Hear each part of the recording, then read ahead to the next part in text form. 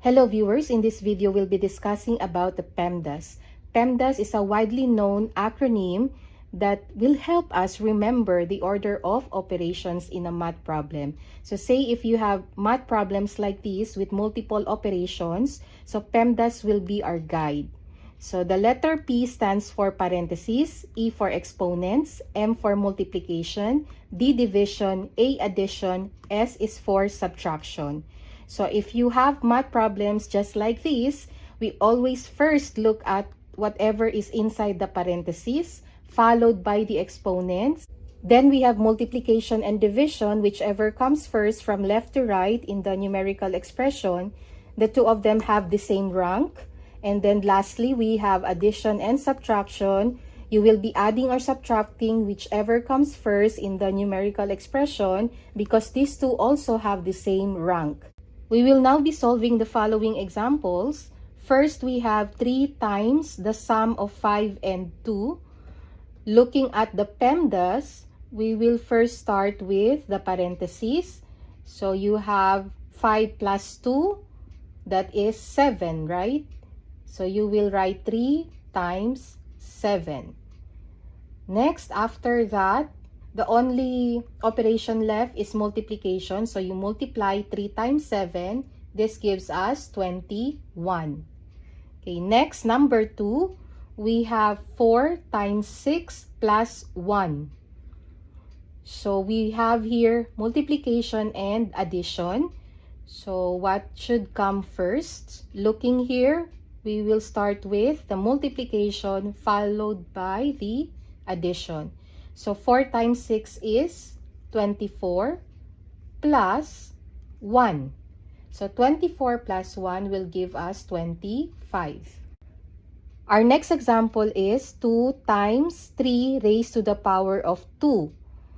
So again, looking at the PEMDAS, you have an exponent of 2 here. So we will start with the exponent followed by the multiplication. So this will become 2 times, get the squared of 3. So this is 3 times 3, which is equal to 9. And 2 times 9 will give us 18. So again, we started the operation of this exponent here. 3 raised to 2, that is 3 times 3, it's 9.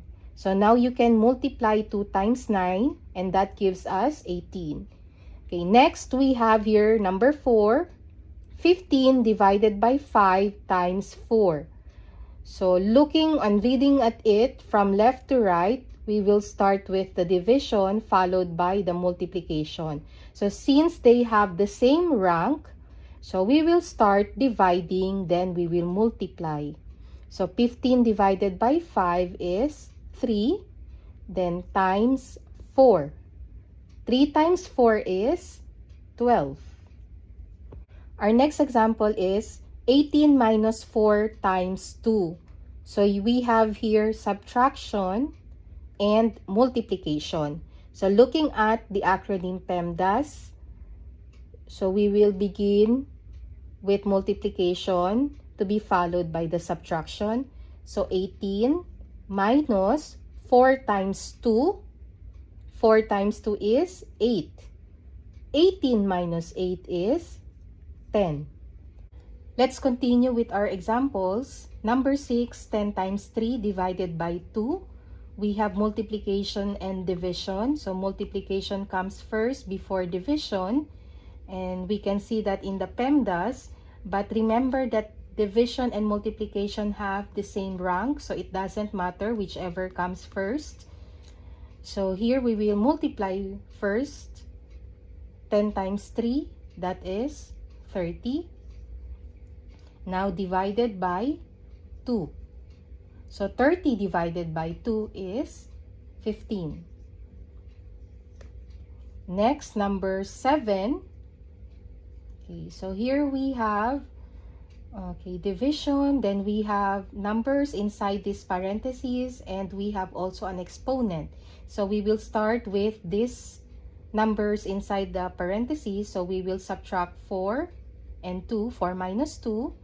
So we will write 16 divided by 4 minus 2 is 2, then squared. So the next thing that we will do after the parenthesis is the exponents. So get the square root of 2. So this is 2 times 2. So this will give us, I will just continue down here.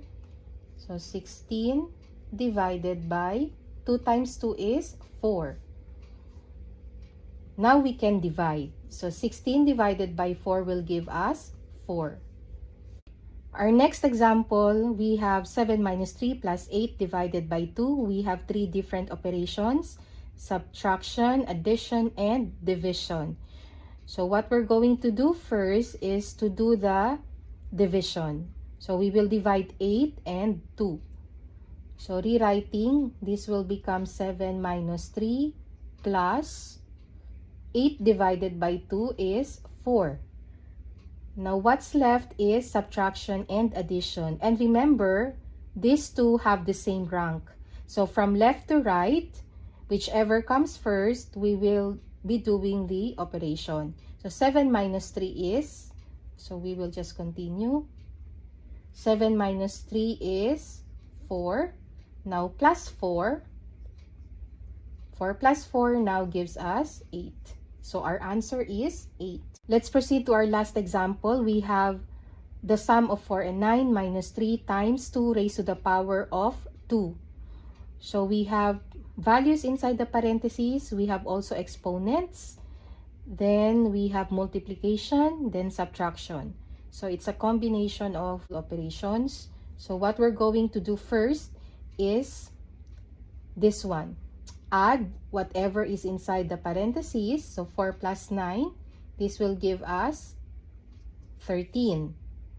Now minus 3, okay, this is minus, times 2 squared. So 2 times 2, that is 4. Next, we have subtraction and multiplication. So if you look at the PEMDAS, multiplication comes first before subtraction. So we will multiply 3 and 4.